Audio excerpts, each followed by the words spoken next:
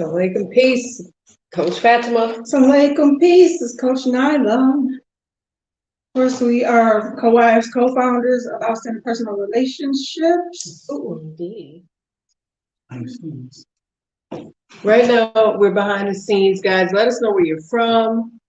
How are you doing? See over there, IG.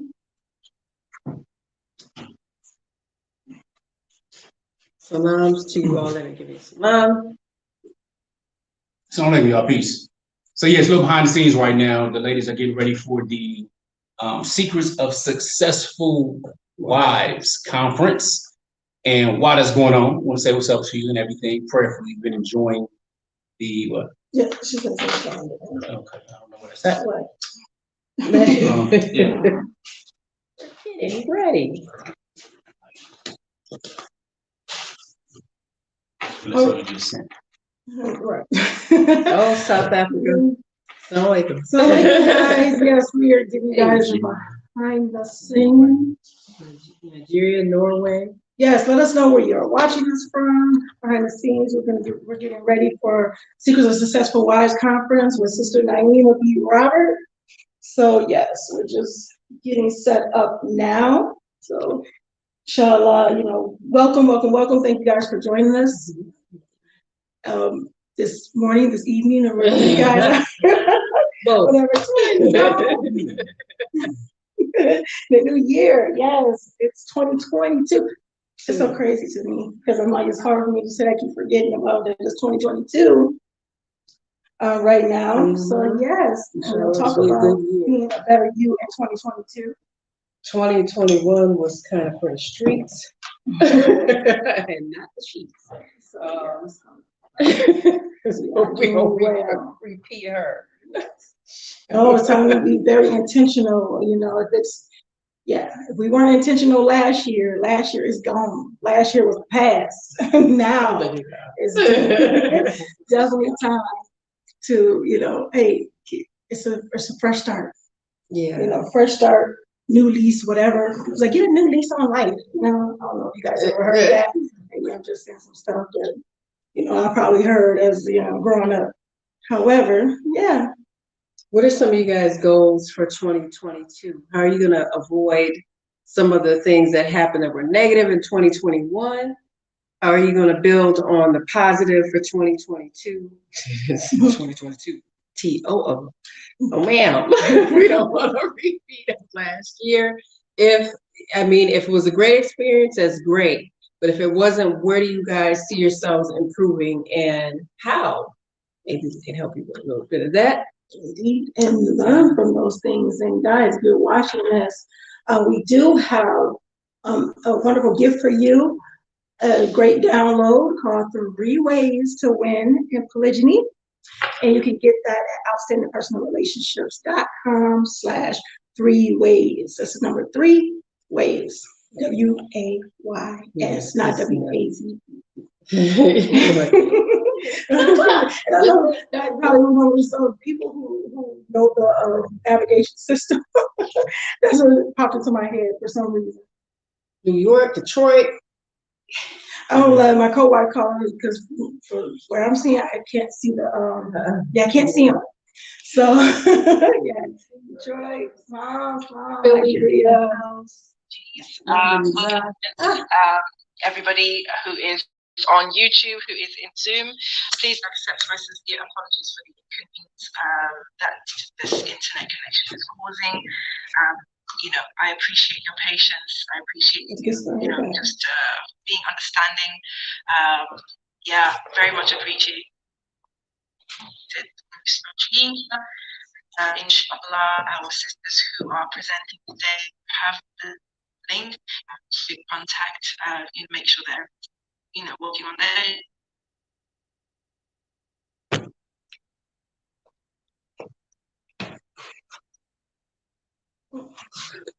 To the phones. Trying to see if everything was starting and everything like that. So behind the scenes, of course. So again, see what we. Sorry, everybody. Yeah, out of my control, I know, but still, nobody wants to be in that situation got guests who've come to the house, and then the electricity goes. So now you're all sitting in the dark, and you don't even know where the hostess is. You know, you can't even see her anymore. Mashallah, you can't see each other. You know, you can't talk. You can't. You know, the food hasn't. You can tell our people she's saying. And there you go. It disappeared. Yeah, going into technical difficulty. So, just something is going on with our internet back and forth. A lot of them out of balance. So, yeah, I apologize for that. But alhamdulillah, it looks like we are going to be okay. I'm picking my dear colleagues' coasts now. Ladies, Bismillah from Canada, we've got salam for you. Guys, please just give a warm welcome to coaches Fatimah and Nyla who are joining us. Inshallah, the connection should be okay. You guys, I hope your connection is good because you're co-hosting. So, inshallah, even if I drop out, you will be what is la qadar-Allah, guys, la qadar-Allah. If anything happens and I drop out, please just complete your session and then you can just end the meeting.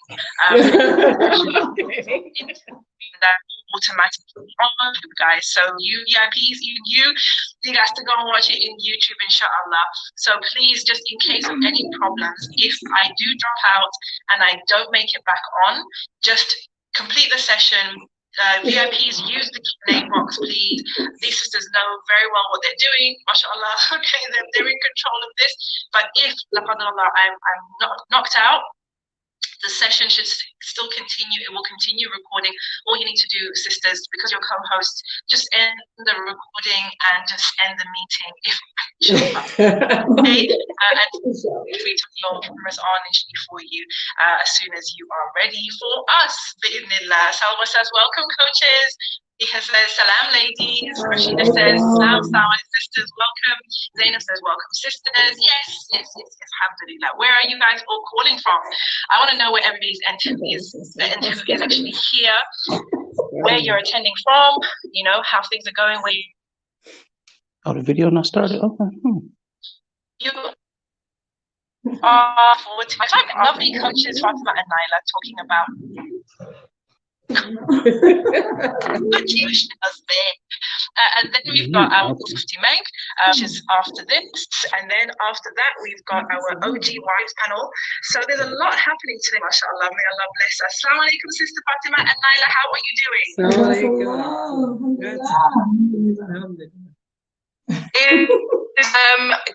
Is Coach Nazir still like the camera angles and stuff like that?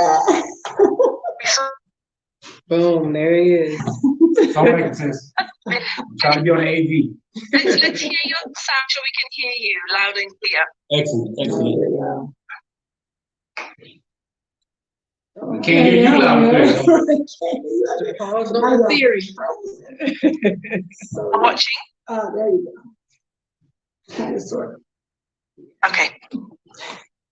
Because I'm like, so what I said about if anything happens, just recording when you're done and end the meeting, inshallah, after the Q&A session. Inshallah. All right, sis. But it's all right, guys. I'm gonna put in the capable hands of coaches Fatimah and Nyla from Outstanding Personal Relationships. I will definitely be sharing the details how to contact them in email after their talk, inshallah. But for now, I'm going to leave their capable hands. Sisters, could you share your husband, though? Take it away. Yes. See you later. So later.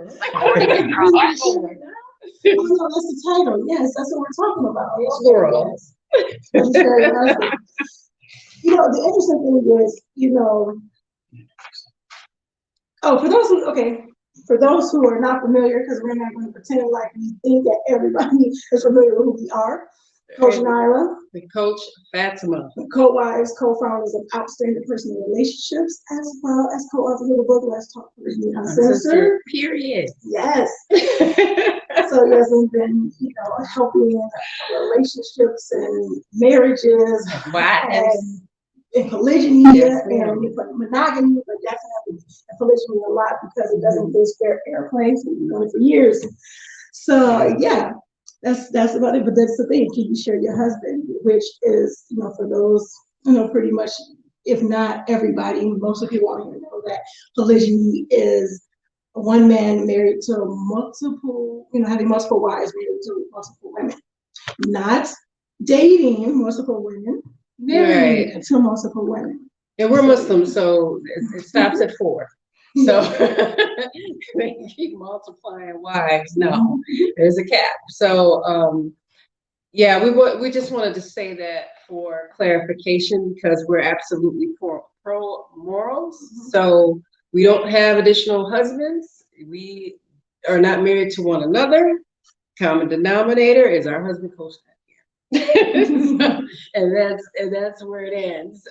But yes, let's talk about, can we share our husbands? And sometimes we want to run from that question because that word sharing can be scary if you don't want to, and to put things in the proper perspective, you can do what you tell yourself you can, and you can do the things that you tell yourself you can't. So I found in my own personal experience, if I give myself permission to do something that is halal for me, I'll do it. But then if I don't, right away, I'll kind of skate around and go, well, I don't have to deal with that right now. So I'm just going to act like it's not going to happen and it's not here, because then I could deal with it better if I ignore it. Complete avoidance doesn't serve us. So when we run away from just the word share, the word polygyny, and your husband having more time with another wife, we don't want to say other women, because I've seen this thing thrown around where this cheating. Well, what if he cheated? Or, what if you cheated on him like he cheated on you? We have to be very careful, especially as Muslims, using this terminology, because it is straight up from kufr. And we don't talk about this enough, accusing our co-wives of being the home wrecker, the husband is the one that's the cheater. We have to be so careful, because I've seen Muslims use this. And they think it makes them look good to say it. They think it's accurate. They think it's fact. So they're just throwing it out there because they just want to, and they're hurting. I've had people use that in our case and said something. They say cheat, but they might as well have said that. And it the ball was in my court in a particular conversation. And I had to really get very serious very quickly, because if you equate polygyny to cheating, or if you say your co-wife is an adulteress, or she's a home wrecker, and giving power to something that is haram for you to even say, you got to think about your character. You have to think about the protection of your family, and what is your end game, and being agreeable to someone that is saying, oh, it's cheating, or if you did that to him, if you cheated on him like he cheated on you. It really upsets me very deeply when I hear Muslims say this, and then they use it to teach and say, well, if you cheated on him, how would you feel? I'm like, what are you talking about? Yeah. Here's the interesting thing. We share husbands anyway. The thing is that I think, exactly. And you have to think about, like, okay, what are what is the issue? Is it the 8 or the 8 hours out of the day that you probably spend with them? Maybe. If you're the person that goes to work for 8 hours a day, we're not even talking about commuting. We're talking about sleep. If he's sleeping 8 hours a day, or you're sleeping 8 hours a day. These things, you have 24 hours in a day. So when it comes down to it, and then the interesting thing is, people will say, well, we do this, we do so much, and we have, we've done this together, and we've done that together, and, if he marries again, it takes away all of this time away from me, and these things like that. And then you have to say, really look at it and say, okay, is it really? Because I've noticed in a number of instances where it actually adds the time because now he's more intentional about how he's spending the time at home. So to make sure you show us, so you make sure he's, being fair, being just, those type of things like that were the things that he can control. So a lot of it comes with emotional intelligence. Emotional intelligence, and if we are emotionally intelligent enough to handle our emotions, it's not a lot of times it gets put out there that he did this, he did this, or this is what happened, or whatever the case may be. And a lot of people don't like, to hold the mirror. We don't like hold the mirror up to ourselves when it looks as though, it's something that we may have to work on, some challenges we may have. But that's the only way we can get better. That's the only way we can grow. If we look and say, okay, wait, maybe it's how I'm handling it. Maybe it's how I'm reacting to it. Maybe it's how, maybe it's the narrative, the spin that I'm putting on it. And if we are in a state of emotional intelligence, we can, not saying that we won't get angry, not saying that we won't be hurt, not saying that, you don't have these normal feelings that can come from feeling uncomfortable. However, how are we dealing with those uncomfortable feelings? How are we looking at the situation?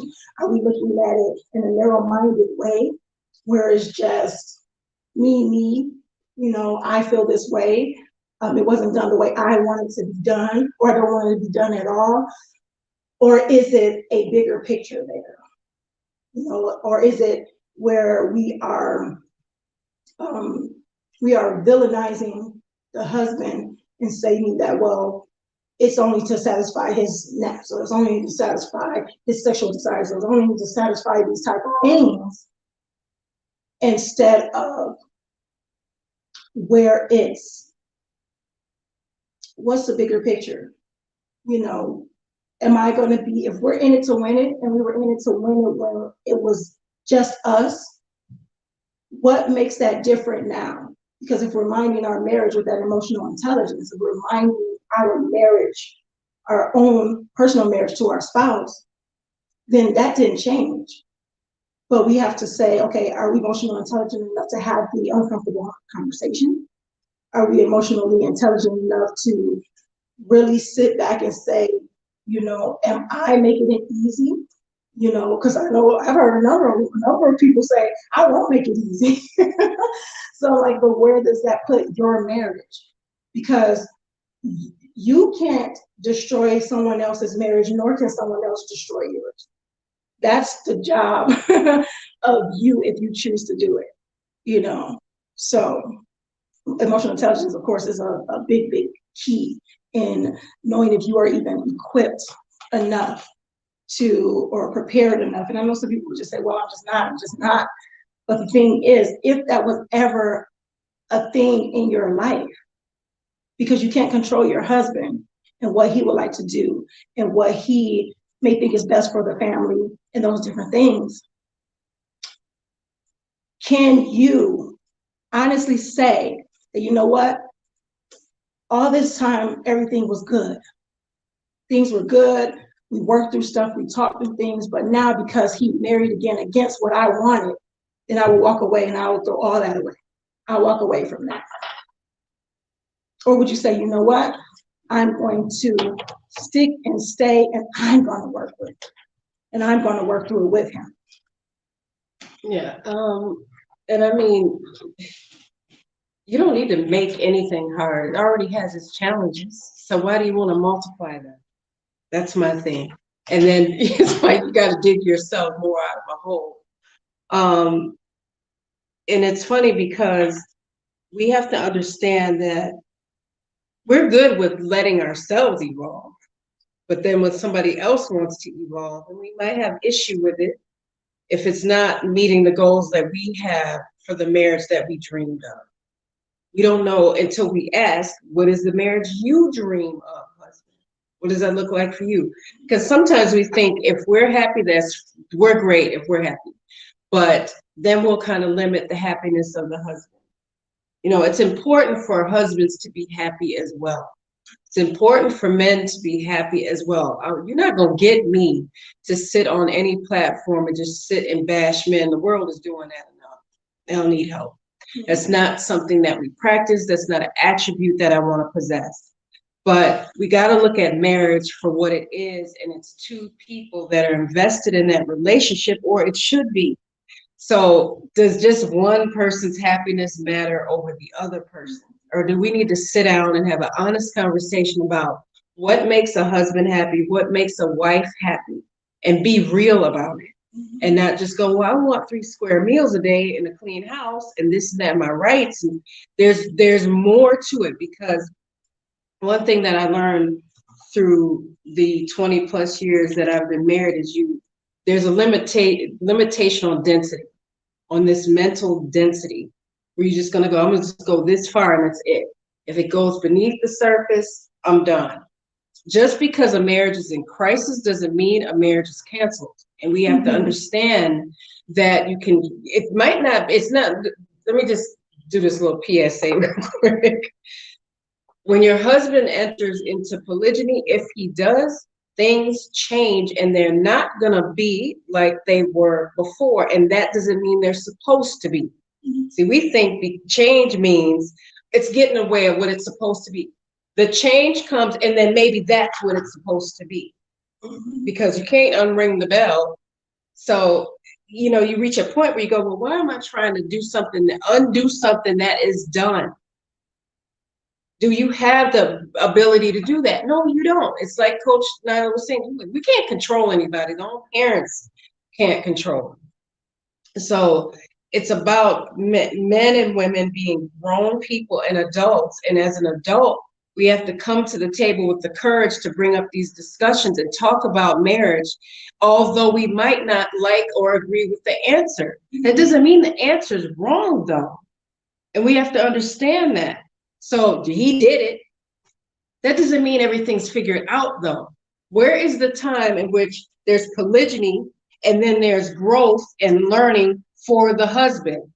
And I had people tell me, oh, Coach Fatimah, making excuses for him. Doggone right I am. Oh, Grace. Because it's called Islam, because I'm supposed to give excuses to the other Muslim, especially when I don't understand something. Don't just come up with your own thing. Go, okay, this is my thing. This is how I feel it's going, and this is what it is. Like it's facts. You know, we have to be very, very careful about our assumptions. We've all done it. And that it's at half the time when we have assumptions and we don't get clarity, this is what's creating an assumption, because we're too scared to get the clarity. So we have to be very careful. So if we want to know about polygyny, when our husbands want to do it, when they're thinking about it, if they're in it, we didn't know. If they're in it and we knew. We got to be able to ask the questions and not be afraid of the answers, because you can't have it both ways. We have ups and downs. We're coaches. We're people first. So we have ups and downs, and we're not designed to stay happy all the time. We all have challenges. It's about being responsive versus reactive, and we've talked about this a lot. OPR talks about this a lot. We talk about minding your marriage a lot, because it's important. We're not just sitting here saying this stuff for decoration. People always ask, well, how do you get to hear it? How do you do it? How do you do it? I'm telling you how it can be done and be successful. It's about controlling what you can, and what you can't, you can't. You know? And it took time. Okay, see, for those who don't know, I mean, we're going to chapter 12. Like, you know, alhamdulillah, you know, so it wasn't always, you know, what you see in front of you. We'll say that. It wasn't always what you see in front of you. Now, my co-wife and I, we were always cordial. That was not an issue, not a thing, not a question to be That was had. the easy part. You know? That was the easiest thing we've ever done. You know, so the thing is that, like my co-wife said before, what do you want? What do you want it to look like? And the thing is, and then another thing, you see us, like a lot of times, even if you're watching our videos on YouTube and everything like that, you do see the three of us a lot. You see, you see us and our, you see us individually, but when you think of OPR, or you think of GC3, that's what you think, unless you see some of the videos that sprinkle on kids. Yeah. It's like 12 deep of them, so it's not even about me. It's not just about us. It's not just about, our growth and everything like that. It's actually even being intentional. We're saying, what does that look like for our future generations? What what are we doing in our marriage, within our marriages, that are going to, because the children are watching. They're watching. Like you wouldn't believe. And they're affected or infected however we, whatever we provide for them. So if we're providing toxicity, they're going to be infected by that. If we're providing positivity, in showing them that, even though there are challenges, you can grow through those challenges, and you don't have to know everything right then and there. As long as what is one of those things they say, it's okay to be ignorant at first if it's your goal to be intelligent over time.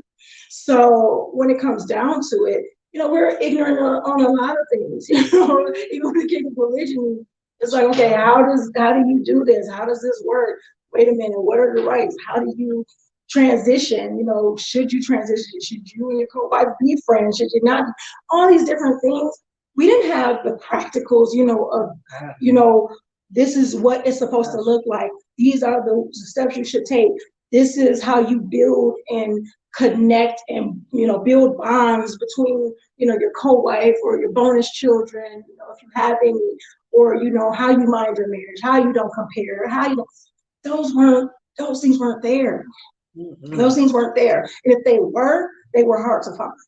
We'll just say that. If they were hard to find.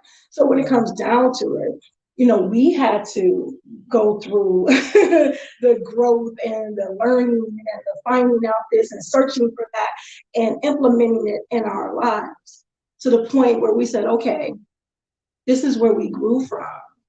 And then we're hearing people, we became, I guess we would say, the reluctant heroes, where people say, how did you do this? Well, you're doing this, but I remember it was like this. How did this change? So then it's like, okay, do we just keep to ourselves and try to continue to on our growth journey because we're always growing if we want success? Mm-hmm. Or do we say, you know what? Let's help other people too, at least from where we are right now, at least we can help them so their learning curve is shortened, if, or that they are not going through the bumps and bruises that we went through to get to where we are today. So yeah, it's been a journey. It's been an amazing journey, but it's only that way when you see the growth, when you are intentional with the growth and you say, you know what, this is what I'm going to do. This is, my wonderful co-wife, she made a comment before where she said, I had to make the decision, where I'm like, this is what I want my life to look like, and I'm not going to stand in my way anymore. I did the same thing, and I still do. There's times when I have to give myself this positive self-talk. Coach Nyla have to come out on me sometimes, on just regular Nyla, on a number of times where it's like, okay, why do you feel this way? Why are you thinking this way? Why did the little, jealousy, tinge come through, and everything like, okay, girl, you need to get over this, or you need to work through this. You need to, it's like, it doesn't stop. It doesn't stop. Like, we're human, so we have our good days and our crazy days and our bad moments and different things like that where we are not at our best at all times. Shaitan is, you don't get tired. So you guys see this in front of you, and of course, even behind the scenes, excuse me, it's still great. It's still beautiful because it's that growth that's there. I think once you stretch and when you grow, you can't go back to where you were. It's like once that rubber band stretches and everything, it doesn't go back to where it used to be. So we know how to go through challenges. We know how to go through things, but it did take, learning it. It did take trial and error. It did take, what we say, courageous communication, in order to do that. Oh yeah, definitely. And sometimes it's good to just have a slow, consistent drip versus just letting the floodgates open, because sometimes people are just not ready for what's going to come out of your mouth. And you know, when you're an initial wife and you're subsequent wife, when there's 3, 4 wives, you know, you have to, when we say, oh, you got to meet people where they are. Yeah, you do.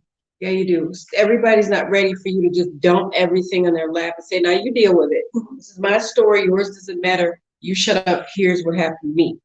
You know, and lending an ear and listening and finding out your personality type is beneficial. And if you don't know that, go to MBTI or 16personalitytypes.com, I believe it is, and find out what that is, because it can show. And you're answering, this is not sorcery, crystal balls, or any of that stuff, fortune tellers. You're answering a series of questions based on how you feel, think, whatever the case may be. So, and it will tally it up for you and tell you what your personality type is. It's important to bring it up, because sometimes when you learn what someone else's personality type is, then you see, how do they handle conflict resolution? How do they handle stress? Are they misunderstood oftentimes? And you'll hear them say something and they'll mean something else, and people will take it as a shot, and it's not that. But to learn that personality type will help you understand them more, and it'll make it easier. So sometimes when we want it to be easier, we're not the one to help aid that. we don't want to help make it easier. I could, but I don't want to. And that's just ego, you know, and we have to learn how to get rid of the ego. And being from the West, especially, you get indoctrinated with so much about possessiveness. It's okay to be possessive, but on the right things, like my husband, my kids, you know, that stuff. And it's just really toxic, because then you get this codependency on these relationships, and then you find yourself very lost when the other partner decides they want to do something else. And then you go, oh, you went off script. Well, you didn't hand them the thing. How they know they went off script? Off your script? Is that what they did? Because we don't, you know, we want to be so kind and so nice to one another, and we should be, until we shouldn't. And in the case of men marrying more than one wife, we got to understand the minds of men. Part of understanding the mind of a man is understanding that you won't understand it all. Okay? And we want to. And we want to tell men sometimes how to be men. You know, I don't understand. One of my clients said, well, I need to find out why they're this way. Why are the men this way? I'm like, somebody could draw you a picture and everything else, and that thing will look like a chemistry set, and you'll still go, but why though? I want to know why. And we're just not in them. We're not men, and men aren't women. So it has its limitations to understand why they feel and think the way that they do, you know? And you could sit there and look at your husband and say, okay, I want you to stop thinking like a man. Stop it now. Just cut it out. That doesn't work. The same way they could tell us to stop thinking like a woman. I want you to think like a man. And we go, I don't know how to do that. But he's supposed to know. You're supposed to know the inner workings of his mind and desires and the goals that he has and the drive that he has. I got drive. I have ambition. But it's in a different way. You know? But when we start digging too deep and trying to go too far with it, we need to stop and say, this is how Allah built this person to be this specific way, and quit trying to change that. Because if the brother says, I want to practice polygyny, and then we'll go, no, well, I don't want you to, or I'm out if you do, or whatever it is, whatever the case may be. I'm not trying to diminish anybody's marriage contract. However, what I will say is this, if the brother wants to practice polygyny and we go, no, no, no, no, no, or I'm out, I'm gone, I'm taking the kids, and all these threats, which oftentimes can be very empty and shouldn't be there anyway. But even if he doesn't do it because he just wants you to just get somewhere and quiet down or stop threatening him, that doesn't mean you've extracted it out of his head and he ceases to want to do it anymore. What happens is there's this resentment that can build over time. And then we go, I don't know why he's not close to me like he was before. But if the brother's saying, this is what I see for my life, and you saying, no, you don't get to have that, because I'm in control of your life, and I'm in control of what you get to do and think about and what your vision is. You don't have to always see his vision. You don't always have to agree with it, but you don't have the right to rob him of it. And we don't want to talk about these things because they're ugly to talk about. It's not fun to talk about, but I'm hurting. We've so engulfed in our own, on a tirade, but I have to.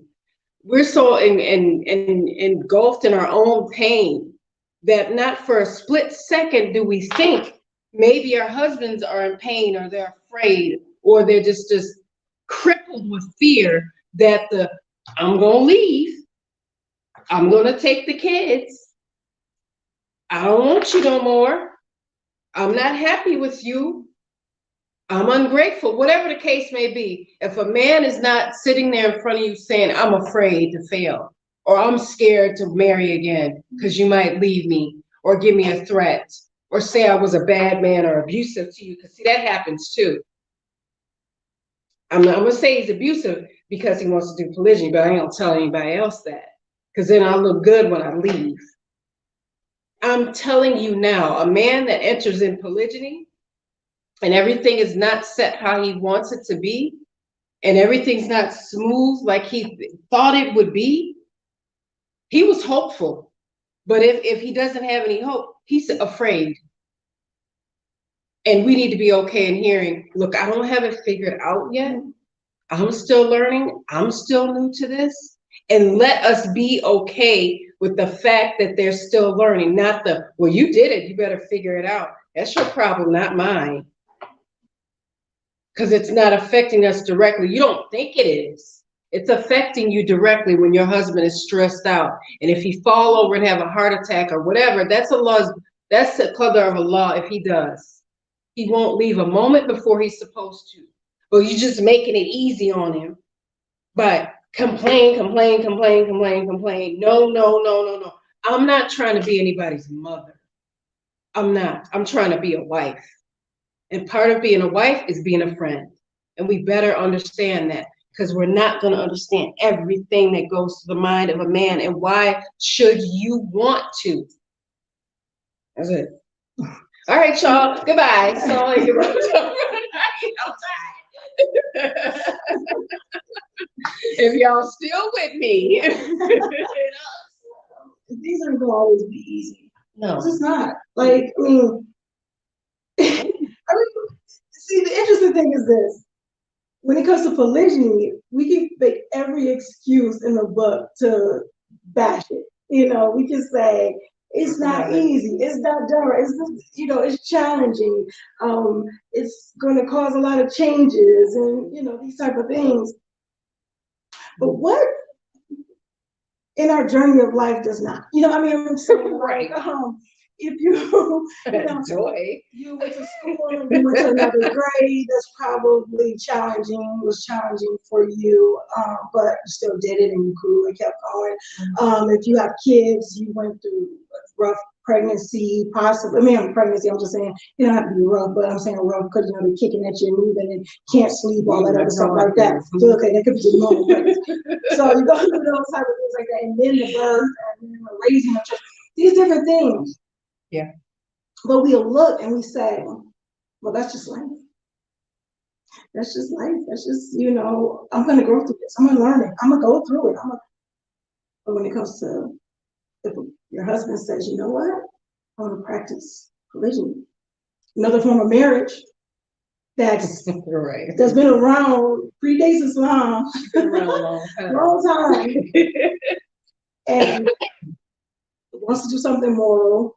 But see, a lot of times it's like, okay, how is this benefiting me? If I don't feel, not that if it doesn't benefit me. There's so many ways we've done a number of videos. I don't know how it benefits them. But if we don't see it, I don't see how his marriage with someone else benefits me, so no. So it's this issue, these type of things. So, we understand, all of us, we understand that challenges happen in life. We understand that, you go through pain and grow through it and you learn through the process, and then you come out better on the other side. Things like, what doesn't kill you make you stronger, and you stretch the muscle. It's all these different sayings. What doesn't kill me better run. That's what it is. So it's these different things. But it's really, it's a really interesting thing that we can give, quote unquote, I guess, excuses to every other thing in life, but a form of marriage that's actually allowed only because in our mind, or sometimes in our minds, that we feel that if I don't see the benefit in it for me, it's the amazing radio station that we love to listen to,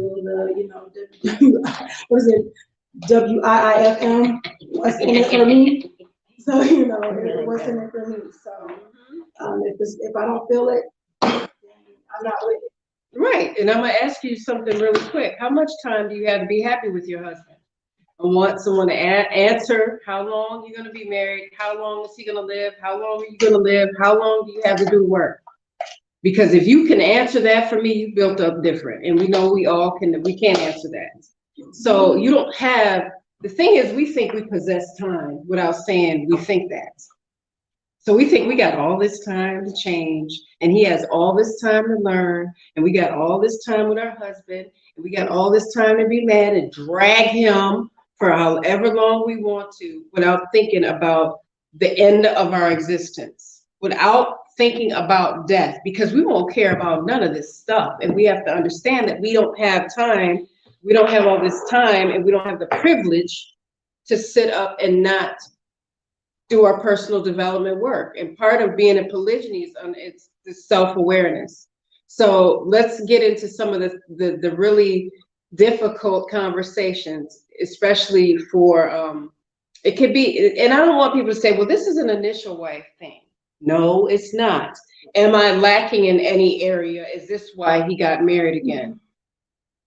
So you don't take one person and then try to make yourself feel better about the other person that you were in a marriage with prior to. So one marriage doesn't fix the other.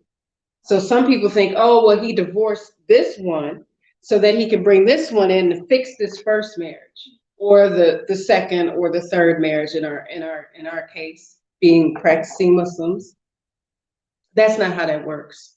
And then your husband, once he marries again, doesn't dump all the love for you out of his heart, and because that's what we think. Oh, you don't love me no more.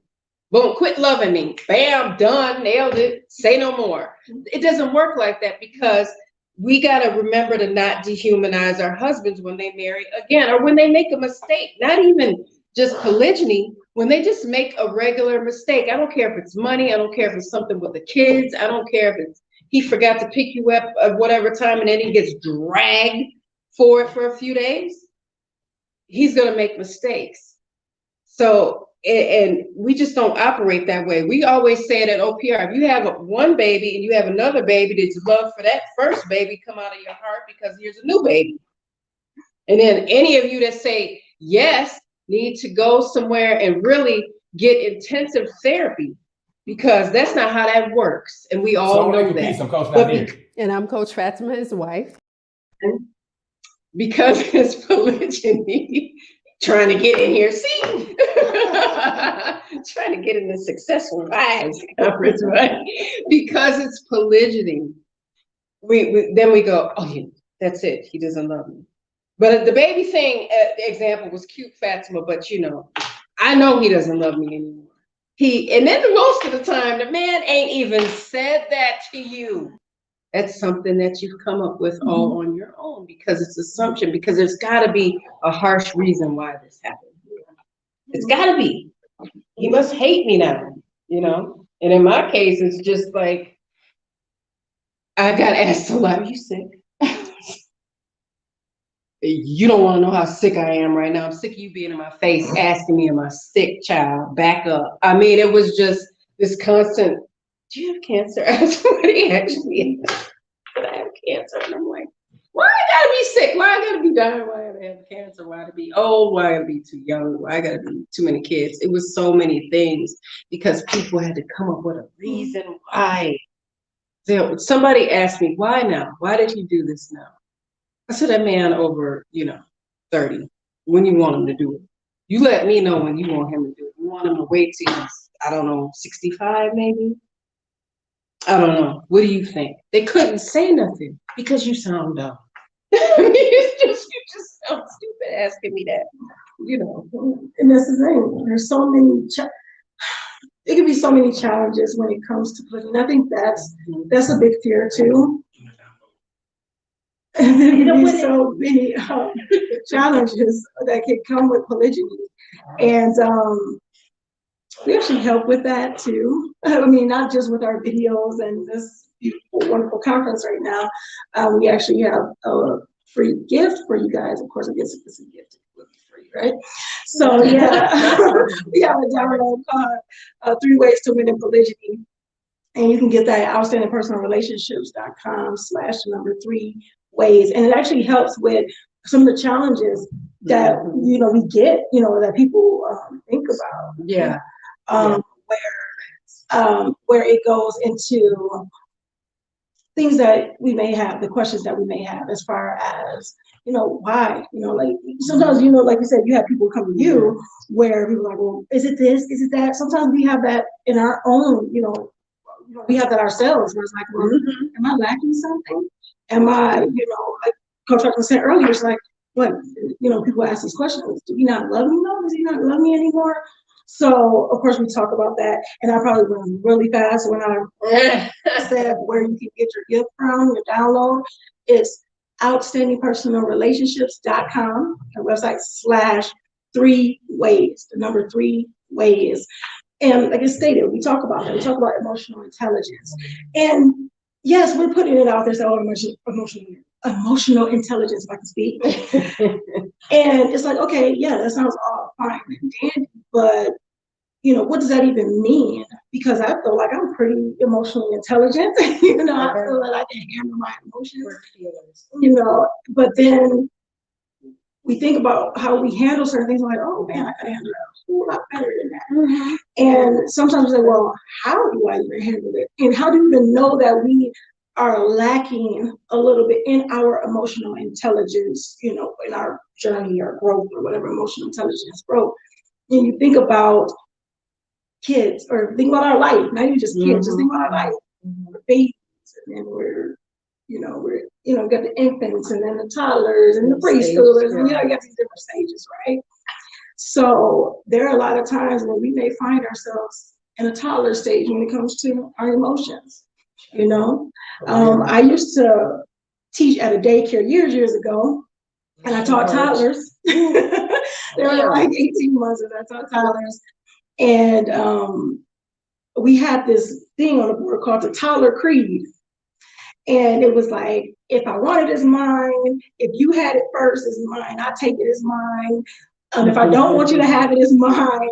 All this stuff is like, it's mine, mine, mine, mine, mine. But if I break it, and I want you to have it, it's yours. Type of thing. So it's like, if something wrong with it, if it's some, whatever, then you can have it if you want to. Not even if you want to, if I want you to have it. So I don't care if it's broken, unless I give it to you, you can't have it, type of thing. And I'm like, are we behaving like that in our marriages? Are we being toddlers in our marriage? Are we preschoolers where we're saying, okay, well, learn to share. Yeah. Words have power. Learn to use your words. These type of things like that. Not putting anybody down, because this was something that it took me decades to learn. Being a person who could get very emotional, who was called a crybaby, that people were like, oh, well, life makes you cry. All these different things that was put in my lap of how I handled things. I had to learn, I had to learn, and I'm still learning. But like Coach Nyla said, she talked about your personality type. And then I learned that, and it was just so easier to understand me and learn more and learn in a way that worked for me. So yeah, even those things, and like Coach Fatimah said, it's not always a first wife thing. People say if we say certain things, they think that automatically we're talking about first wives. We're automatically talking about initial wives. It's like that's the mental. It's like that's the bias. That's not the way it is. Because that's the victim. People tell themselves that the initial wife is always the skip everybody else behind. It's that thing. Like you don't have a voice as a subsequent. I don't care if it's 2, 3, 4. You don't have one. Or you don't get, or You you don't don't have matter. this, or you don't have this fear that you may be lacking something. Even as an incoming wife, that's like, okay, well, why am I? Yeah, Why the me? thing, too. You know, why me? And then it's like, okay, well, you have this wonderful, well, why am I here? Or the point of, okay, well, what if the kids don't like me? Or how do I bond with the kids? Or, you know, can I say certain things that bother me if they did something that could have caused some issues without, you know, blowback. You know, exactly. So it's all these different things that is not just, you know, the feelings, even though people say, well, okay, well, you're saying this stuff, so, you know, you're talking about initial wives, or we're talking about initial wives because these, which is true. All the feelings are valid because the feelings are yours. However, how are we handling these feelings? How are we handling these challenges? Yeah. And I said, and I'm gonna say it again, you can go get some answers to in your report, you know, your download. The 3 ways to relent. To relent, I can't speak to that. Relent. 3 ways to win in polygyny. You know, at outstandingpersonrelationships.com/3 ways. So yeah. And you know what? Let's also talk about the emotional manipulation and making the husband the bad guy. Because see, in order to have a victim, you gotta have a bad guy. You can't have a victim without a bad guy. And a lot of the times that's the husband. Majority of the time it's the husband, and then it'll start branching off into wives, and then it might go down to your baby's bonus babies. And it's a big old hot mess. One thing that I know, and I've said this before, that if families are messed up, it's because the people in them messed them up. And it's not something that happened overnight. And it's not our job, you know, like the old folks used to say, if there's a pot of you know what on the stove to boil, it's not your job to stir it. So we have to be very careful about making our husbands the villain, because we see ourselves making him the villain. Our children see us making him the villain. Our families see us making him the villain. I remember, I'll give you an example. I had a horrible day just because I don't know, it's because I woke up. I don't know what it was, but it was trash from start to finish. And then somebody topped it off with asking me, and I'm like, she gonna ask, here we go. And I was in a line at a store, and she was, this lady was a clerk, and I used to know her from network marketing. And I'm like, she gonna ask, because she looked like she wanna ask me something, but she better be ready for what's gonna come out my mouth. So she wasn't, and yay for me. But she asked me, was I divorced? And I thought that was a kind of peculiar question, but I know why she asked me. And I said, no, I'm not divorced. And she was like, well, how are you doing? You know, with her neck broke on me, y'all. I'm like, I'm happy. And it's just like time stopped. Because she's almost like, happy? Okay. How are you? Are you happy? Because most people don't say they're happy. The day was trash. I said, it was horrible. But in that moment, I said, is it my job to sit here and give her a laundry list of the day I had, or give her the overall statement of what my life is and what I'm grateful for in it? And I'm like, I gotta be grateful for where I am, because I would, you know, I could be dealing with so much more. And I could be dealing with so much drama, and I'm not. I just had a bad day. But it really wasn't anyone's fault. It was just one of them days where, you know, the tire's flat and the stuff burned on the stove, and the kids is on my nerves, and it's raining, I'm in the snow, and here come this fool talking about, because the thing is, she knew that Coach Nazir married again, and she just wanted to ask me, was I divorced because of it? Not, how are you all doing? It was that comedian Don Rickles. For those of you that don't know who it is, Google. It's an insult comedian, but he had prided himself on answering a question in a specific fashion. Anytime anyone asked him how he was doing, he said, we are fine. He's talking about his wife and his daughter. He never said, I'm fine. He said, because people are looking for me to say, oh, I'm fine, I'm great because he's the great comedian. He was like, no, because these people matter too. So even if my family might be sick or whatever the case may be, I'm going to say, we're doing really good. Thank you for asking. We are, because people need to hear me say it, of course, because I think in a shower, man, make them always. No, ma'am, not me. I think another thing too, and Coach Nyla knows this, people saying that the husband is absolutely inconsiderate because he considered polygyny, or he's in polygyny. He don't care about you. He has no feeling. He has no self-awareness. But like, I don't know what people think. I don't know what people think when men get married again. Do they think that the man does not think about his wife and his children? Like, how can you cut it off mentally? How can you cut off people that you loved for decades and created and go, I don't give a damn about any of y'all. I'm going to marry her and forget this over here. And they'll say, well, men compartmentalize. So that's how they can just ignore your complete existence. They do to a certain degree.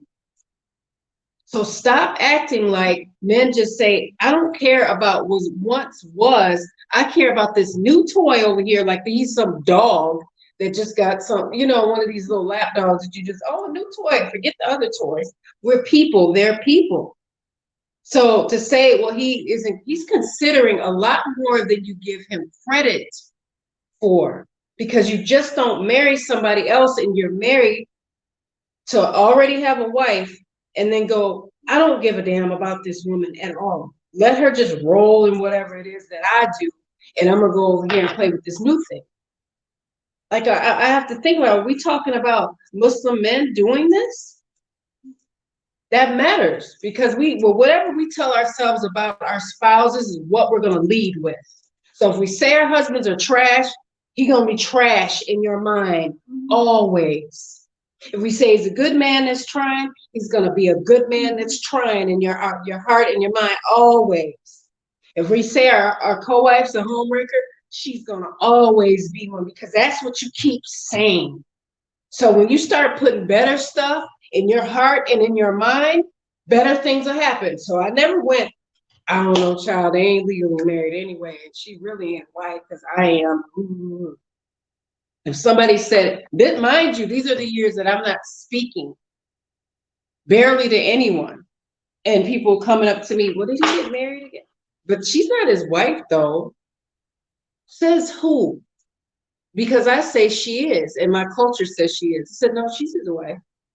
Because they had me messed all the way up if they thought I was going to say something else. And Muslim sister to Muslim sister need to quit this crap of saying, well, that's his baby mama.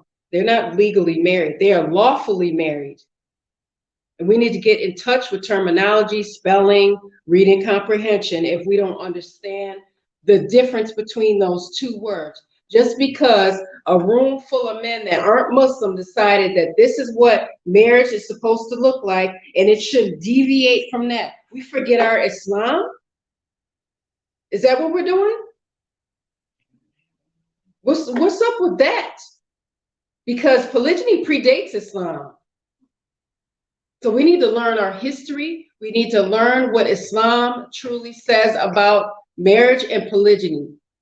And quit acting like it's something that it's not. When you act like your husband's cheated on you, you'll always look at him as a cheater. And your marriage is going to fail. I promise you that. Yeah, and this is dealing with, I guess, a lot of emotional pain that comes, that it's interesting because I'm like, okay, emotional pain that comes with it. Does it really have to come with it? So, that's just me thinking, and we tend to do that. We tend to, if we are really trying to understand something, sometimes we sit and say, does it really have to be that way? So we have a number of things. Like, okay, as you see, my coworker and I, We do lives together. We do. We, you know, we shop together. Yeah. We've done Many a number of times. things. And we stated earlier, you know, in the stream that it wasn't always like that, but we were always working. And we've always kept it real Always. about that.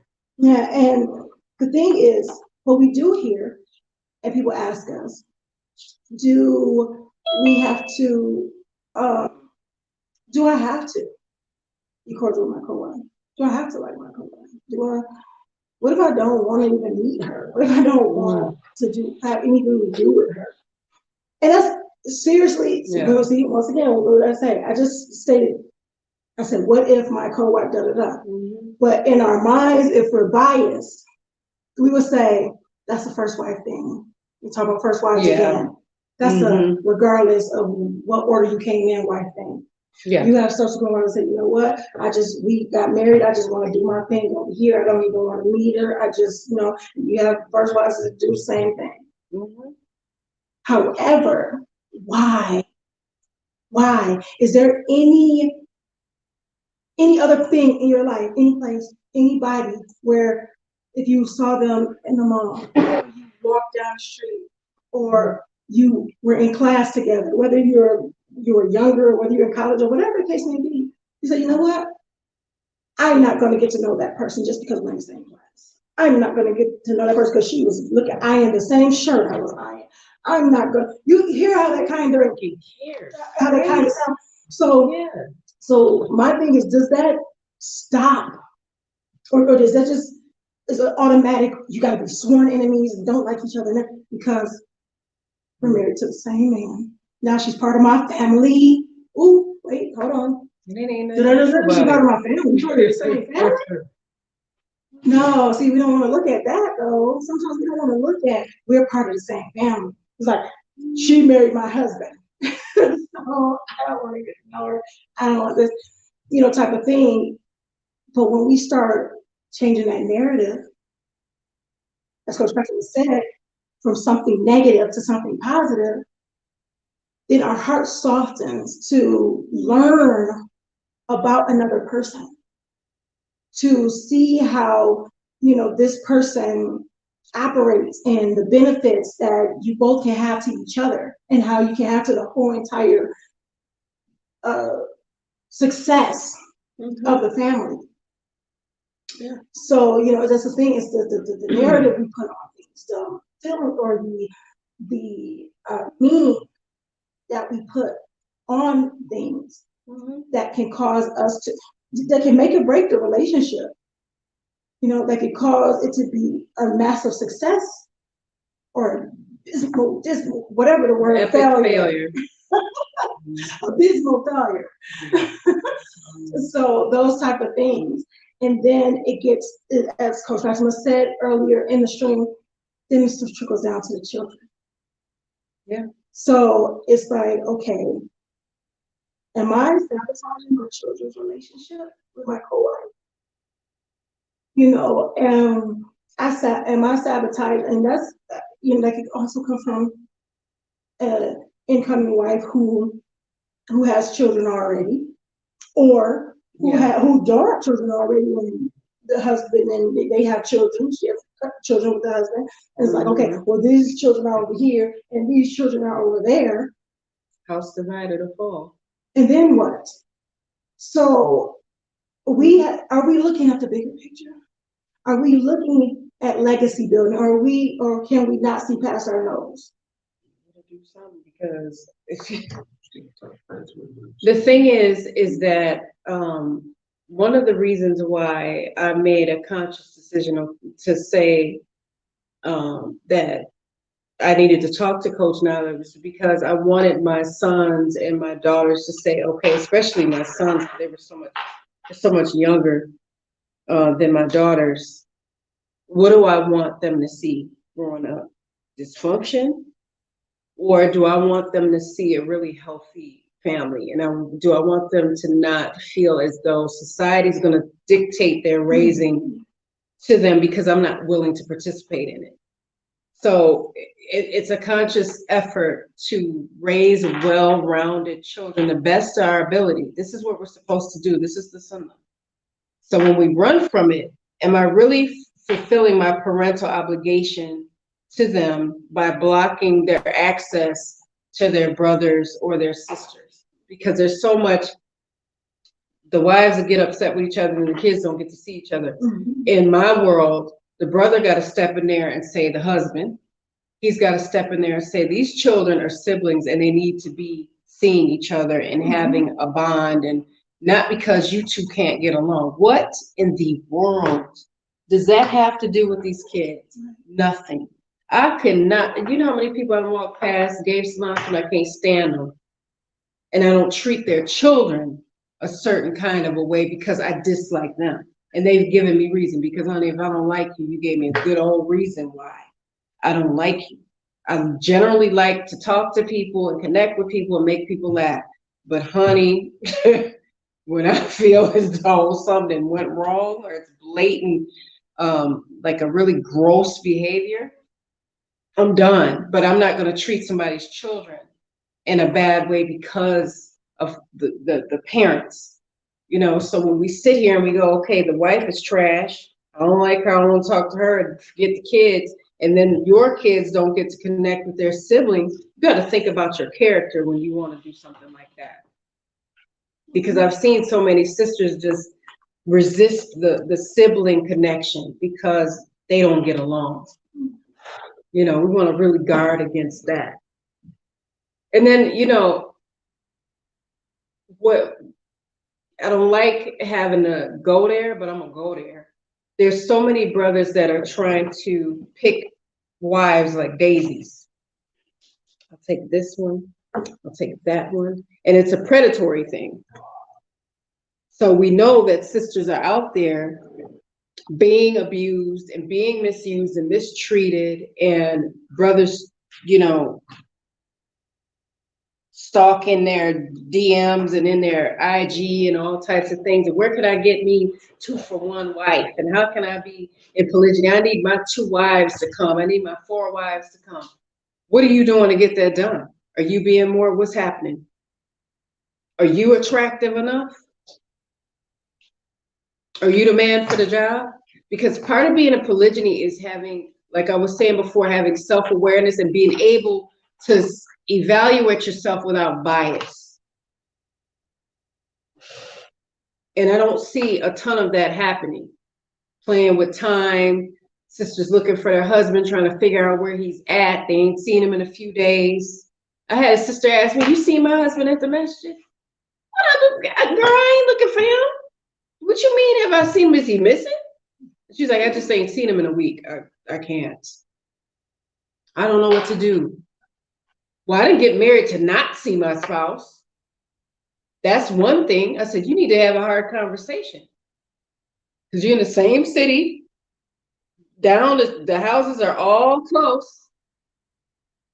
I don't know. I've not dealt with that, but I will tell you that's a problem. And it's something that can't continue. But it's this, you know, there's brothers that play with the time, that play with the money, that play with the women and disappear and don't do what they're supposed to be doing. The kids don't see them. Bonus kids don't see them.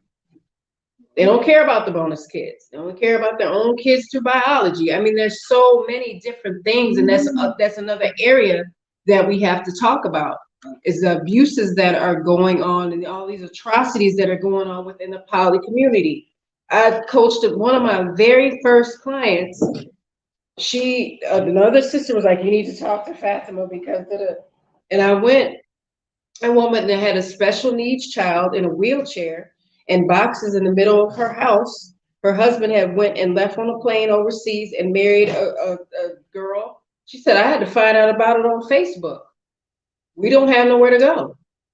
I don't know what to do. I didn't know he was leaving. I didn't know this. I didn't know that. I don't know if I'm even married. I don't know. Now I'm like, boxes in the middle of an empty house on the floor, and you have a child in a wheelchair. And she's trying to figure out, does he care about her? I think he made it pretty clear and painfully obvious that he didn't. They got divorced, you know. But it took her a while to accept the fact that she had been abandoned. And because the community and the leadership in the community did not talk about it and did not help her, she just was there on the floor with a baby. And then other people that were not leadership in the community, but the true leaders, had to step in and help her. But she was like, I had to find out on Facebook and I can't believe it, and this, that, and the third. So we want to talk about those things too. Of course, everything is not, you're not gonna get perfection, so stop looking for it. That's number one. But we need to talk about there's some abuses and there's some brothers that are predators. And just want to collect women and collect wives and dump them and get a new one and just keep that machine of dysfunction going. It's crazy.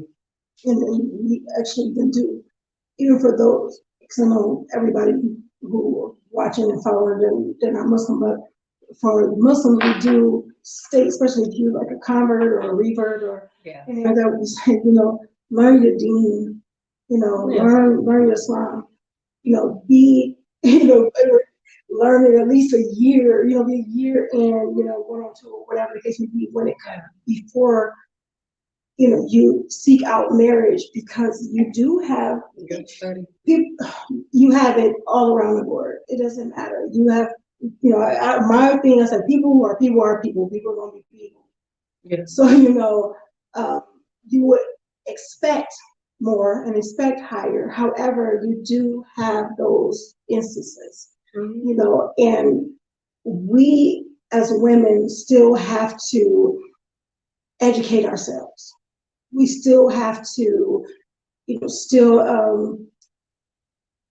think about having winners on our winning team. What are we actually looking for, in a husband? Are we looking for a leader?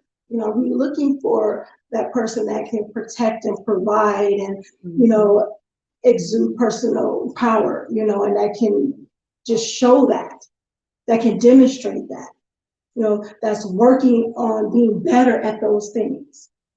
Or it's just, okay, well, he looks nice, or I need to get married right now, or these type of things like that. We have to be careful with what we are putting out there within ourselves, as well as, being that attractive person. And I'm not saying showing your skin and all this other stuff. I mean, being an attractive person where you are feminine, you're kind, you are, modest, you are, you still are working on yourself, because when you get married, it's not just, okay, I get married and I sit back, eat bonbons, and you just take care of everything.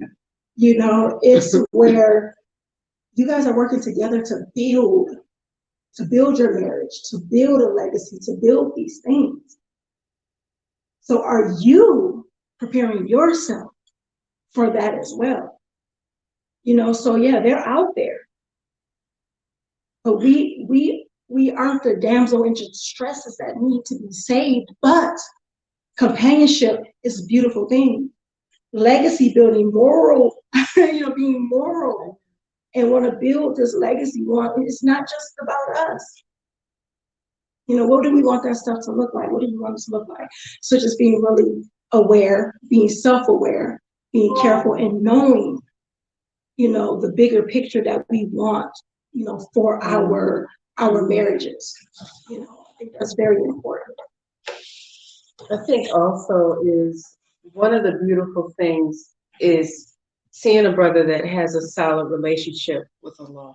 Indeed. That's one of the most attractive, that is the most attractive thing that a man can possess, and a Muslim man can possess, is this solid relationship with Allah. Because if he cares about that relationship with his Lord, he's going to care about the relationship with his wife or his wives, his children.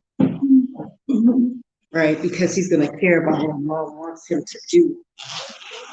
The best thing he could say to you is, I got to care about what Allah wants me to do. I can't just do what you want. And I got to care about what he says I can do, or practice, versus us putting these shackles on him, saying, you can do all these things that Allah says you can do, but just not this part, because I don't want you to. Be careful. Can't rob him of the right to practice polygamy because his Lord says he can. Now that doesn't mean you just go all off and do how you want to. There's rules in place. And Allah in his perfection and his Rasul salatu wasalam, we don't have to make it harder than it needs to be. We're adding so much to this and making it more complex and more difficult than it needs to be. But part of leadership and our husbands being good leaders or being attractive men is that they care about their relationship with their Lord. And they care about the relationship that they have with themselves. A lot of times we don't think men deserve to be happy or need rest or need a break or need time to themselves. They don't need self-care. How are they supposed to hold all this stuff together if they can't do anything for themselves? But we can have a self-care day, moment, vacation, or whatever the case may be. You know, so it's very important to understand that part of leadership and part of a man being attractive and being more is that relationship with Allah and letting it be solid and being a support for that to happen and not making it difficult or standing in the way of the success of the role of leadership. You know, you want your husband to win. Ask yourself that. You want him to win at marriage and polygyny, because a lot of people gonna say no. They're gonna say, nah, I want him to win in my marriage, but not in an additional, and not in another marriage or an additional marriage. No, you know. Yeah. But what if he wants to win at both? Are you gonna make it difficult for him? Are you gonna make it easier for him? You can't make it just easy and take it away. You know, he's got to go through his own challenges, and he needs time to learn without being a helicopter wife. You know. So we are going to answer questions. So if you have any questions, make sure you put question marks before and after. This makes it a lot easier. And we're scrolling through the comments to get your answers first. And just a quick announcement, we are doing Thriving in Polygyny 2022 workshop tomorrow. So super excited about that. Make sure you go and get your free gift at outstandingpersonalrelationships.com/3ways, the number 3 ways, and you'll be signed up automatically. You'll be registered automatically for that workshop. So yes. Indeed. If you guys have any questions. If you're on Zoom, yes. If you have any questions, if you're on Zoom, put the question in the comment box, same way Coach Nyla was saying, with those question marks first, then the question, so we can see it very easily, please. If you're on Zoom, make sure you're putting it in the Q&A box. Yeah, the Q&A box. Bam. Okay, we have a question. Good question. We'll read the question real quick, y'all. Yeah, it's not. It's cut off. All right. It says, I was looking to be married again as a second wife. However, I found it really challenging that he only called for a few minutes on his way to work now and then. Okay, now and then he preferred to text. He seemed not to have any time window between work and family. I respect both, but it just looked like he couldn't or wouldn't make actual time out for me. Was I tripping? So yeah, so that's something we gotta talk about. If you find yourself not having time with him, then you're not having time with him. You know, the few minutes a day is a few minutes a day. That's not time. You know, and that's why we're stressing the points about the rules that are in place about women, their wives in polygyny and their time, because it matters a great deal. There's a punishment attached to playing with time and wives and polygyny. So if you're only getting a few minutes of your husband a day, you're only getting a few minutes of your husband a day. And I don't call that time, you know? So quality time is not a couple minutes a day. So you need to have what we call a hard conversation. And she's looking at him being married.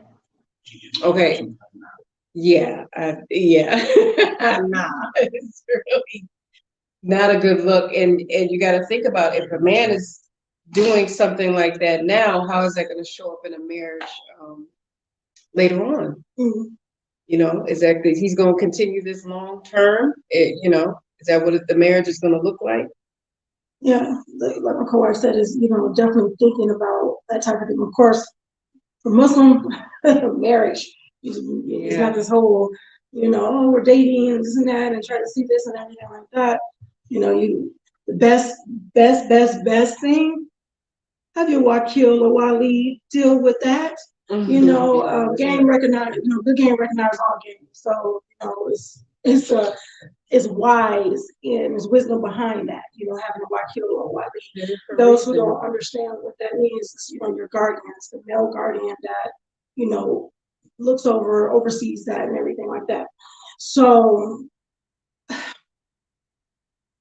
you know, the am I tripping? You know, it's certain things we can feel for the most part, how things may look. And I think, you know, sometimes as incoming wives, we feel we have to do a lot of sacrifice, you know, in order to be married, because society says that, you know, you are the incoming wife, you are the one that has to, like, you know, what are you bringing to the marriage? What are you bringing to the table? And it's like, not what are you bringing to the marriage with your husband, it's like, what are you bringing to this new family or this family as a person? So a lot of this pressure, you know, is on you to say, okay, well, I can do this, that, and that. I can, you know, I can tap dance, I can cook, I can, you know, I can cook while I'm tap dancing. You know, so a lot of these different things. However, then they say, well, you're only going to get this amount. I can't get with the piece of my love, you know, like, you know, you can't have all of me, you know, whatever. But yeah, so that type of thing.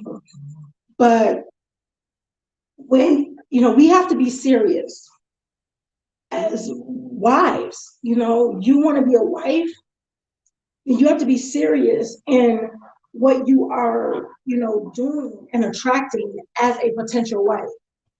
You know, so like a lot of people talk about, or, you know, we've talked about it where, you know, you make the kitty cheap. So you're not going to be, you know, looked at in this high regard or this high standard of being a wife. You know, you'll be looked at as being a side chick, or you'll be looked at as like, well, I'm going to give you what I'm going to give you, because you're not putting yourself in, you know, a level where you say, you know what, this is what I want the marriage to look like. So we're not doing all this, you know, marriage stuff until we're married. You know, we're not, you know, this sneaking around or this, you know, this time here and these stealing moments here and these different things like that. We are already setting ourselves up for failure or to be, you know, trampled on or run over or whatever, played with by what we are doing and what we are allowing. Yes, it could be like, okay, well, he's a good man and everything like that. But if he's that good of a man, then he's going to demonstrate that not only with his wife, now he's going to demonstrate that if he wants to marry you as a wife, you say, you know what, when we are, you know, when you have it, when we're going to be married, then this is what it's going to look like. Then he's going to be good enough, he's going to be that good to say, you know what, this is a person that's holding me accountable, I'm going to do this. It's not always be easy, I'm saying it's easy to say, but it's definitely, you know, very important. You got to teach people how to treat you. You have to. You know, they're only going to get away with what you allow them to. So, you know, you got to be stern and stand on it and be consistent with that. There's some more questions. Just last week, the man I was looking to marry said his mom did not explicitly approve of his being married to another woman. Because she is rather ill, I am empathetic and would not even consider him stressing her. However, he has refused to be conclusive about the plans we initially had. I know I have switched off marriage plans, but I am so vexed that he has not deemed it fit to be categorical, I can't speak to that, that we are not happy. Thankfully, we are not even in the same country. Okay. That's actually a question. Yeah. Is there a question in there? Okay. I don't think there's a question. Yeah, I was trying to see.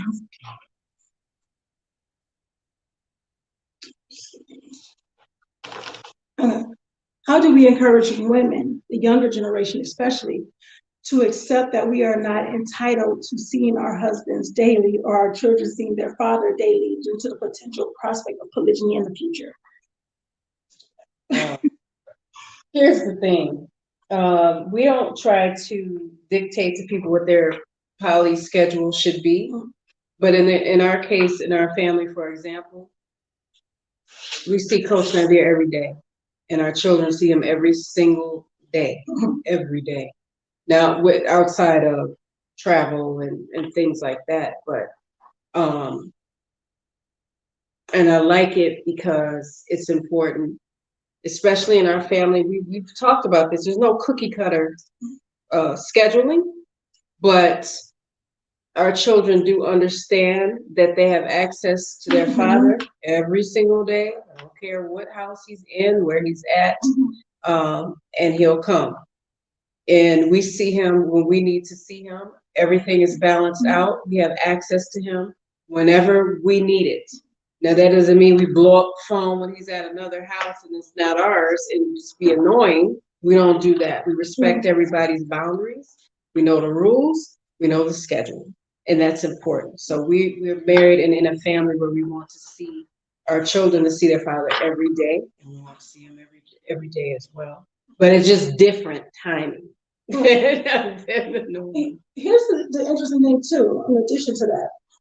We, okay, you have different professions where you're not seeing people every day. You know, so you have truck drivers, you know, they can't see. However, with technology, when it comes to technology, you really can make a schedule or make a time to see. So you may not be physically in the same place. So that type of thing where I say, you know what, how do we get them to understand or get them to see that, well, you're not going to see them every single day. That connection, you still connect.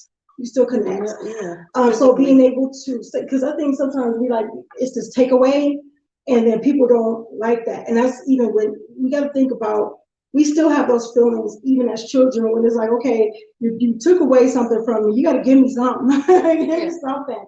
So being able to say, okay, well, you may not be able to see me physically every single day, or you may not be able to even see me on the screen every single day, because you have people that are in the military, you have a lot of different stuff, right? But you say, okay, well, let's set a schedule or let's do these things. And that shows care, that shows concern, it shows a thing.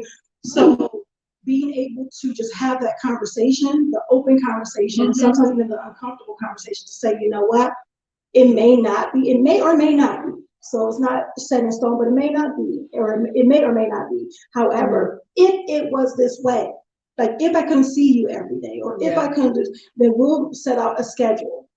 We'll set out a schedule that we may speak this time, or we may, you know, chat this time, or we'll video chat, you know, whatever the case may be, but something where it's causing a connection. You know, sometimes when people, that's a fear. It's a fear of losing out. It's a fear of losing the connection. So finding a way to keep the connection, even if you're not seeing them every day, and also making that an important note, you know, a note that's very important to say, you know what, we may not even we don't need to see each other every single day in order to connect. But when we do see each other, and when we do connect with each other, when we do bond, we need to keep that there. You know, just a quick example, you talked about traveling.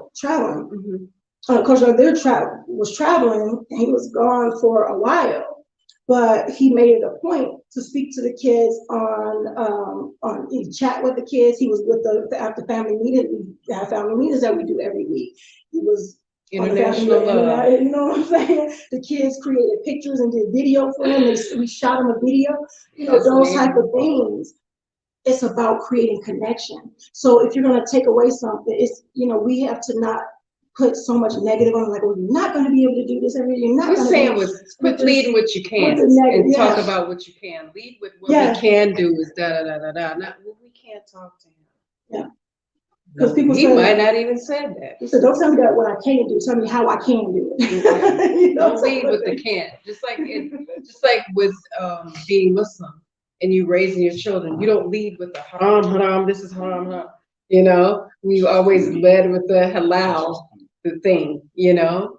This is what we can do. This is the fun we can have. This is, instead of just making everything so rigid that they feel like they can't move. You have to do the same thing in polygyny. Don't make it so rigid where the child feels like, now I'm gonna say this real quick for clarification. The children have access to their father all the time, and we do too, but we have different timing and things as wives. So I don't call him at 3 in the morning on the night where he's not at our home. What you doing? I don't do that. But the children, if someone's sick or in labor or something like that, he comes. And whoever needs him more, so if I'm running around somewhere with half a head, then I might need a little bit more of him at the hospital than Coach Nyla does at home. So we're very conscious of that, and we're not selfish about having the same husband. Yeah, again, You know? Again, it's emotional intelligence, and he's a father 100% of the time. He's our husband 100% of the time. Another question. I'm lost. Hold on, we're figuring that out. How does your husband split his time with the three of you? The three of you. Wife? Where's she hold on, going? no, I got her. You in Where's the there? other wife? This is the third wife is in his bag, y'all. We ain't no three guys. No, I mean, maybe it's talking about his time, and then The three of us with him in the middle? yeah. So how does he split his time? I mean, the way he does it is, you know, Every everybody 24 does whatever, hours. but it's every 24 hours. You know, it's just, I mean, it's pretty, you know, easy. It's like not dusk to dawn or anything like that, but especially when you're so close together, like we're literally like, you know, we're walking distance. We're neighbors. So yes. And it makes it easier for those of y'all that ask. We don't live in the same home, but we live in neighboring homes. Yes. So it works. It works for us because it's easier for the husband to go back and forth, and it's easier for our children to be close as well. Okay, how can I remind my husband of my rights? For the first one, how can an initial wife prepare herself for polygyny if and when my husband decides to marry again? Education, and you can do that through visiting Outstanding Personal Relationships /store for details on our coaching and counseling we all offered, and your husband could take counseling sessions with Coach Nazir or coaching sessions with Coach Nazir. He has, we all have amazing courses. There's things on YouTube as well. Please study the videos on YouTube, and I always encourage people to, you know, take notes on those videos too. And don't just watch the initial wife videos or the subsequent or just Coach Nyla. Watch them all, because you'll learn something about initial wives, co-wives, husbands from different perspectives. What's great about OPR is we have 3 different perspectives, and that really, really helps when you're in polygyny. Absolutely take advantage of those things.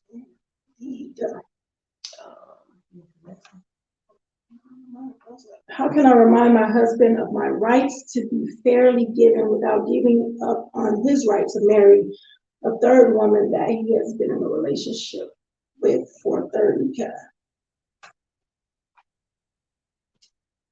Let me read that again. Hold on.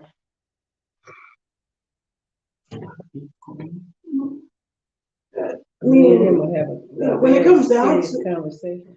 Well, when it comes down to it, you're saying, okay, you've been up, his wife's married a third woman that he's been in a relationship for the 30 years. You know, we definitely have Quran and Sunnah. That's, you know, you're Muslim. Pleasant reminders. You know, those are the best reminders. Yes. You know, because we have to answer. You know, we have to answer for what we did. You know, at the end of it. And mind you, guys, you know, we're going through these and going through these questions, and of course we're being very mindful of time. So you're not gonna get, you know, this blanket. It's gonna be like, okay, yeah, I can take this answer and just run with it, and now I have everything. You gotta do your own That's a stuff. huge definitely, yeah, definitely have to do the coaching, the training, whatever it is as far as personal development and everything like that. And it's going to be a journey instead of a one size fits all type of thing. Do you ladies believe that because our religion allows for poly, women should expect it, even if the man they may be speaking with or already married to hasn't brought it up or say that they are not interested? Should they expect it? Even if you definitely have the conversation. However, if he says he's not interested, here's the thing: you have the conversation. Have the conversation to allow the floor to be open. Allow him to know that you're open to speaking about it and having these conversations. But you have to be willing to show him that you're open. That you're not saying, invite him. Let's say, if you do this, then I may want to leave you.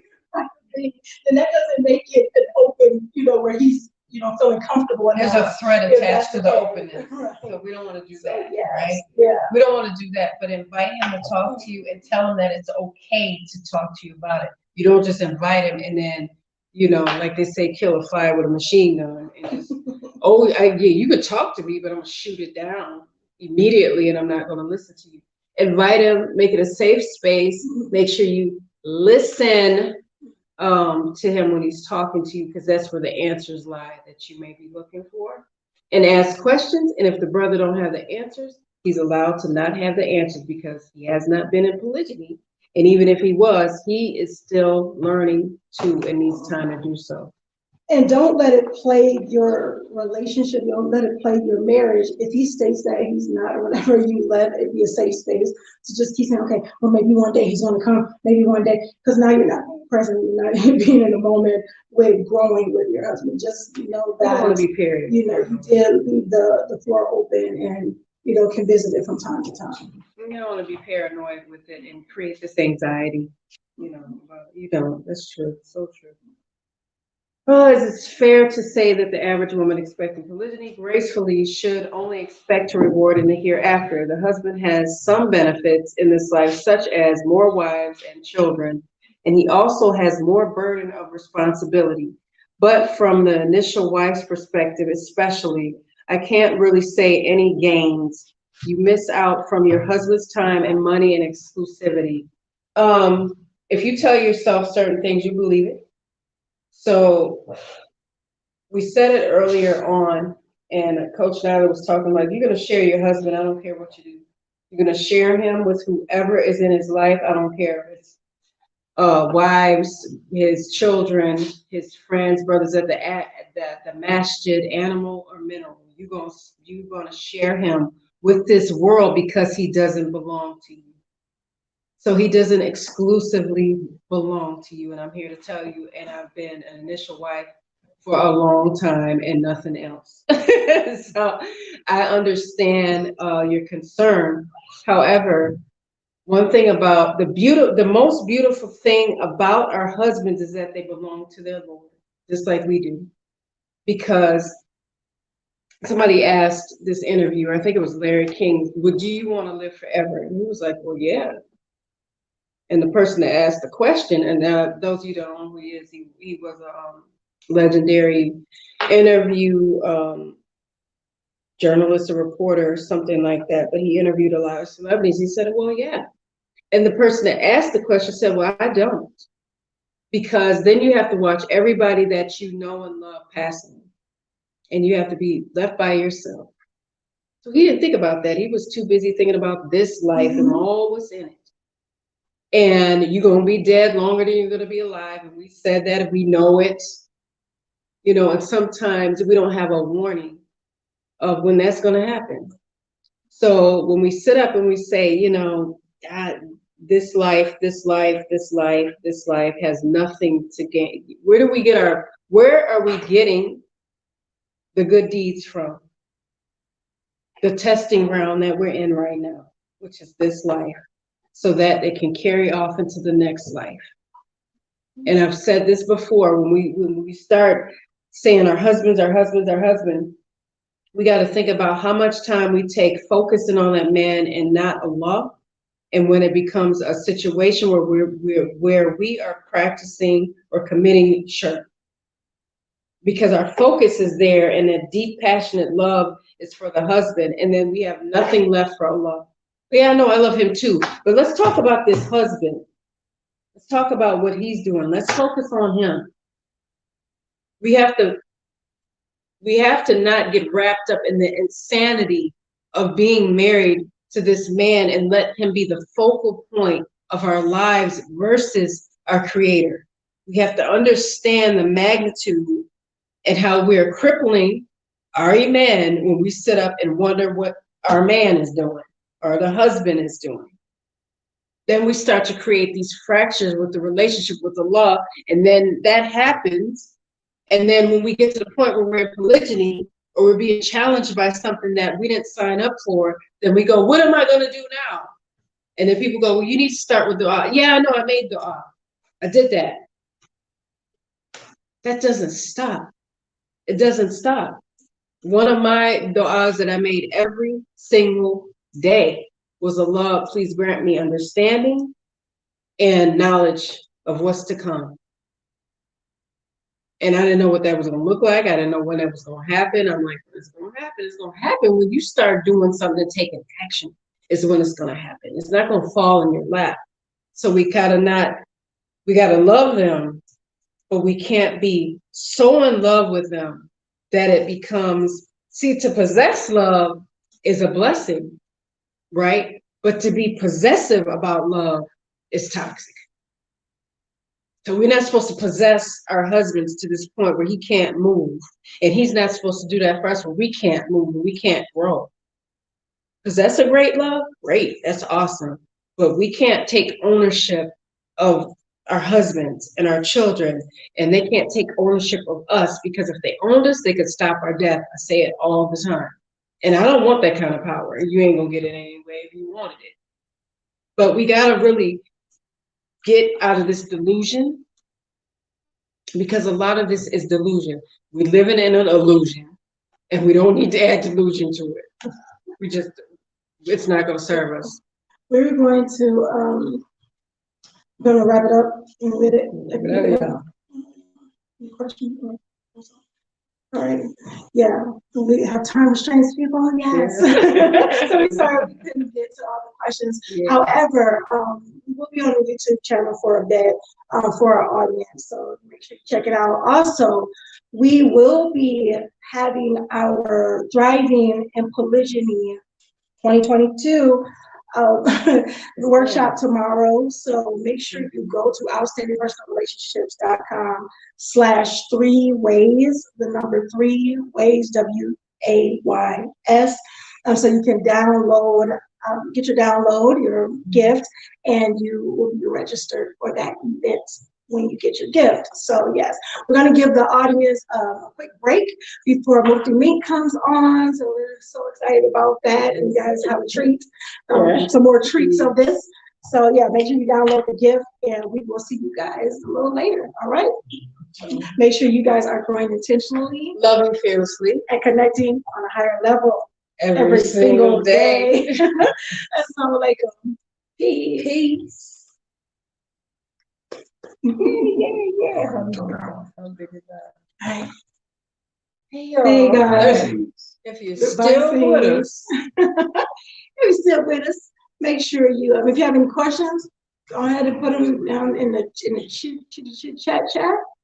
Yeah. Put some question marks before, so we won't just miss a question. Hey, the good stuff. So yeah, thank you guys for sticking with us. Shout out to y'all, because these some soldiers. I hope you guys enjoyed the conference so far, our segments. Yeah, please. So yeah, I mean, this is definitely, we had a great time. And we always do with you guys. We always do. We like opening up the floor for these things because people don't want to talk about these things. Okay.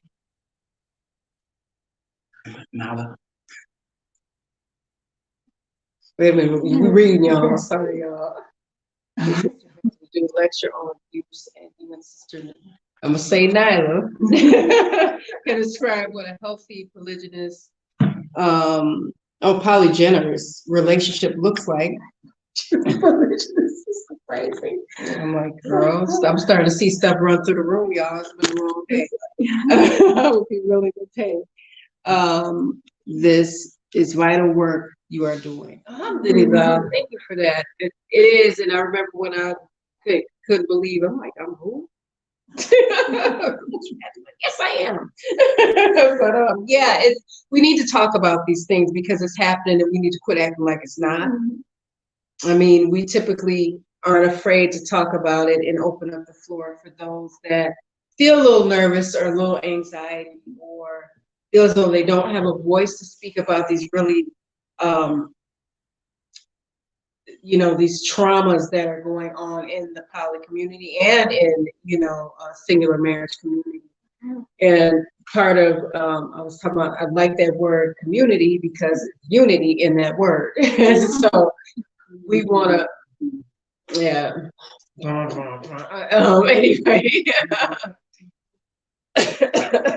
that was so cute because they had Betty White doing Unity, Queen Latifah song lyrics, and it almost took me down.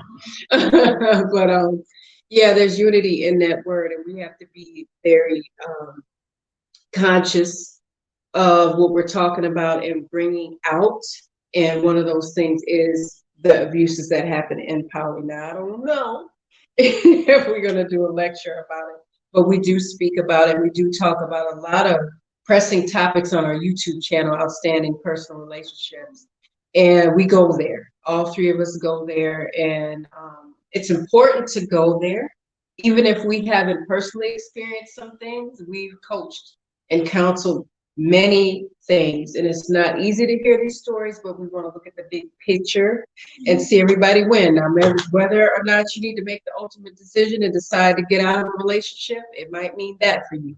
And it might mean you might take the one that you have and have a really beautiful experience. But yes, that's a great topic to discuss, and we have. We're gonna take a break. Coach Nazir. And I'm Coach Fatimah, his wife. And I'm Coach Nyla. I am also his wife. And we are the founders of Outstanding Personal Relationships, as well as the authors of Let's Talk Polygyny Uncensored. Now, we want to invite you to download a very, very important report. We get all kinds of questions when it comes to polygyny, how to make it work and everything else. And, we've been through many ups and downs and learning and really figuring things out, where now you can look at us in our chapter today, which is far different from where it started. Nevertheless, we want to give you 3 ways to win in polygyny. Whether you're curious, whether you're serious, whatever it may be, we want to make sure you're able to go ahead and download the information right away. It's for free from us to kind of help give you a shortcut to navigate through life, or to at least kind of peek into what it may entail. Yeah. All right. So one of the major things, just to let you know right off the top, is that you're going to have to be able to increase your emotional intelligence, which deals with things like what? Minding your marriage. Why it's important to mind your marriage, and actually what that actually looks like. Yeah, and making sure you make a commitment to personal development.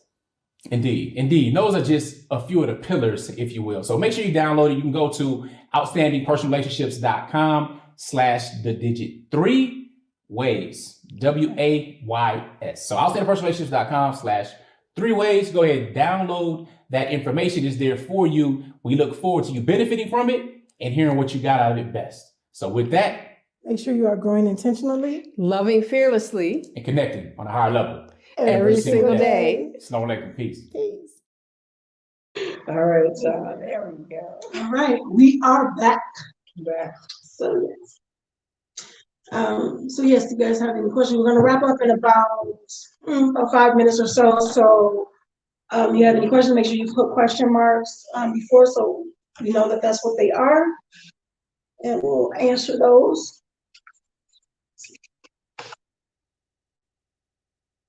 Okay, as somebody with a jealous streak, it's impossible for me to fathom how people live happily in polygyny. The sisterhood you two share amazes me, mashallah. Can you provide any tips on how to manage jealousy? Is it something that is learned, or is it more to do with personality? Okay, we're naturally jealous. That's not abnormal. It's not something that you can extract from your personality, but you can control how you act and how you respond versus how you don't want to be reactive, right? And I've said this before and I'll say it again. They call them first responders, not first reactors, right? Because you got to have a controlled emotional state. You got to control yourself when you're trying to help others. And then one of the people you're going to help is you, you know, and prayerfully that is the goal. So when you say jealous streak, to be a wife and to be just, I mean, men experience jealousy too, but sometime at the end of it, somebody got to go, somebody got to die. We don't go that hard with it. You know, penitentiary full of women that kill folks because they let their emotions overtake their logic. So it's very important that you guard against it. And we do talk about how to manage jealousy on our YouTube channel. Both of us talk about it. It's just about making more space in between those moments and asking yourself the proper question. So when you say, I can't fathom this and I can't, and it's impossible for me to that, you're already telling yourself what you're not going to do and what you can't do. So it's stopping the self-limiting beliefs. And this is one of when you say, I can't do and I can't fathom and I'm not gonna, your brain goes, well, we ain't gonna do it. I ain't gonna try. She said, we not. And we just gonna lay here until we, you know, until she do something else. So I learned that I have so much power over my thoughts when I want to. And then when I do that, oh man, the stuff that I can accomplish. The places you can go. Stuff that I can accomplish. And one of them is controlling my mouth, controlling, you know, my hand, controlling my heart, controlling what I say to myself, about our marriage. You know, it's that stuff. Because if you let it get too out of hand and you start acting a fool, then nobody's gonna want to be around. I've never wanted to be around a fool, ever. So I don't expect a husband to want to be around a wife that's acting a fool.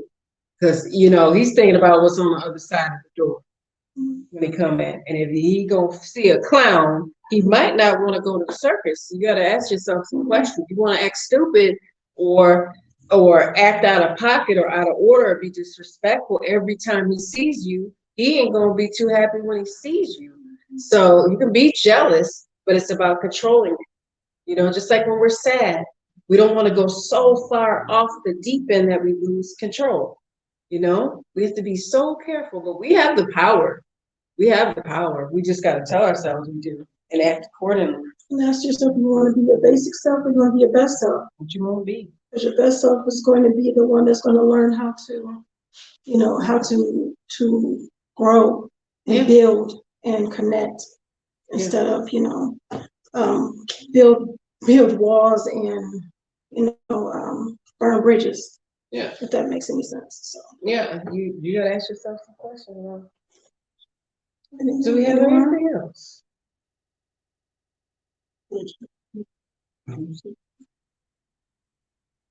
Again, guys, probably take a couple more questions and we'll wrap this up. Yes, that's it. Okay, cool. So guys, of course, pleasing pleasure. We've had a great time. And you know, inshallah, God willing, you guys got some really good gems for from this portion of the event. Again, we will be doing our Thriving in Polygyny 2022 workshop tomorrow. And so excited about that. What's it, the second? Yes, 2022 on January 2nd. And for if you have not and you didn't hear, you know, came in, you know, after we stated that, make sure you go to outstandingpersonalrelationships.com/3ways, the number 3 WAYS, to get your free download, 3 Ways to Win in Polygyny, and you will be registered for the workshop. immediately or automatically, immediately, all that other great stuff. So yes, You don't want to miss it. you don't. So we had a great time, guys. Thank you for sticking with us. That's it for well, I said this morning, tonight, wherever you guys are watching from. Make sure you are growing intentionally, loving fearlessly, and connecting on a higher level every single day. And so tomorrow, we'll see you guys later. Assalamu alaikum. Peace.